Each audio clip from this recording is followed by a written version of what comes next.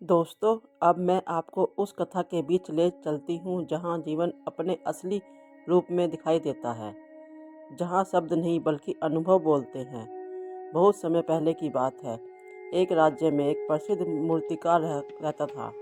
उसकी कला की चर्चा दूर दूर तक थी।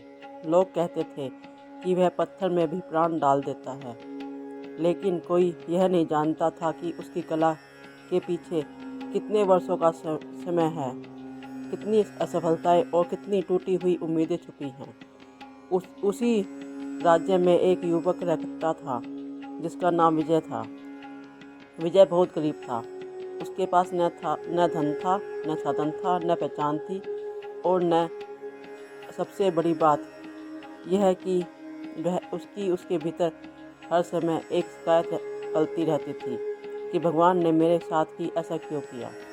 वह दूसरों की सफलता देखकर जलता और अपनी असफलता का कारण ईश्वर को मानता था।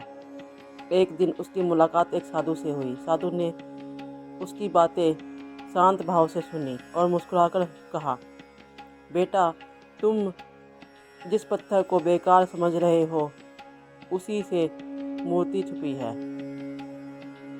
बस तुम्हें धैर्य और साहस की छेनी उठानी होगी। साधु की बात विजय को समझ नहीं आई, लेकिन उसके मन में एक हलचल जरूर थी।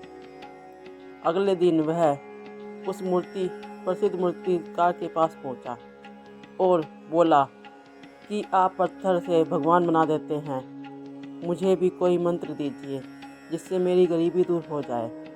मूर्तिकार ने उसे गौर से देखा और कहा कि अगर सच में सीखना चाहते हो तो मेरे साथ जंगल चलो।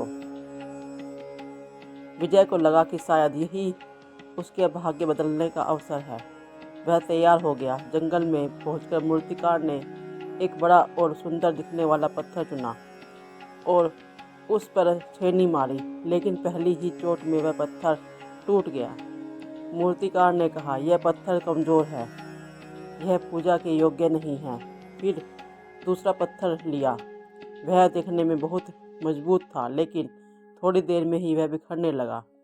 मूर्तिकार ने कहा, यह दबाव सहन नहीं कर सकता। विजय के मन में खींच बढ़ने लगी। उसे लगने लगा कि यह सब समय की बर्बादी है। लेकिन उसने एक तीसरा पत्थर देखा। वह देखने में बहुत साधारण, रूखा और बेडौल था।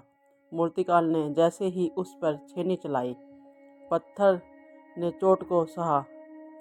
दिन बीतते गए, छेनी चलती रही, हथौड़े पड़ते रहे, पर वह पत्थर बोझ सहता तो शायद चिल्लाता कि मुझे क्यों तोड़ा जा रहा है। लेकिन वह चुपचाप सहता रहा और धीरे धीरे पत्थर में से एक अद्भुत मूर्ति आकार लेने लगी। एक महीना बीत गया और वह मूर्ति पूरी हो गई। विजय की आंखें भर आई। मूर्तिकार ने उसे पूछा कि तुमने क्या सीखा। विजय बोला कि आपने पत्थर को भगवान बना दिया। मूर्तिकार ने कहा, नहीं, मैंने कुछ नहीं बनाया, मैं बस उस पत्थर से वह सब हटा दिया जो मूर्ति में नहीं था। और फिर मूर्तिकार ने वह बात कही जो जीवन का सबसे बड़ा सत्य है। उसने कहा कि जीवन की मूर्तिकार है और दुख, अपमान, गरीबी, असफलता, ये सब उसकी छेनी और हथौड़े हैं। जो इंसान पहली चोट में टूट जाता है वह जीवन भर लोगों के पैरों तले जाता है, और जो दबाव में बिखर जाता है वह धूल बन जाता है। लेकिन जो अंत तक सहता है वो अपने भीतर की कमजोरी को त्याग देता है, वही एक दिन पूजनीय बनता है, वही मंदिर में स्थापित होता है। दोस्तों, इस कथा का गहरा अर्थ यह है कि अपने जीवन में जो कठिनाइयाँ हैं वे आपको नष्ट करने नहीं बल्कि निखारने आई हैं। लेकिन समस्या यह है कि हम दर्द से डर जाते हैं।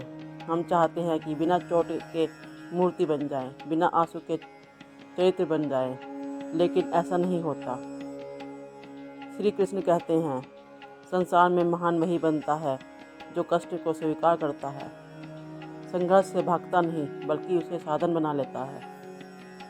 विजय को उस दिन समझ आ गया कि गरीबी का कारण भगवान नहीं बल्कि उसका डर और आलस्य है।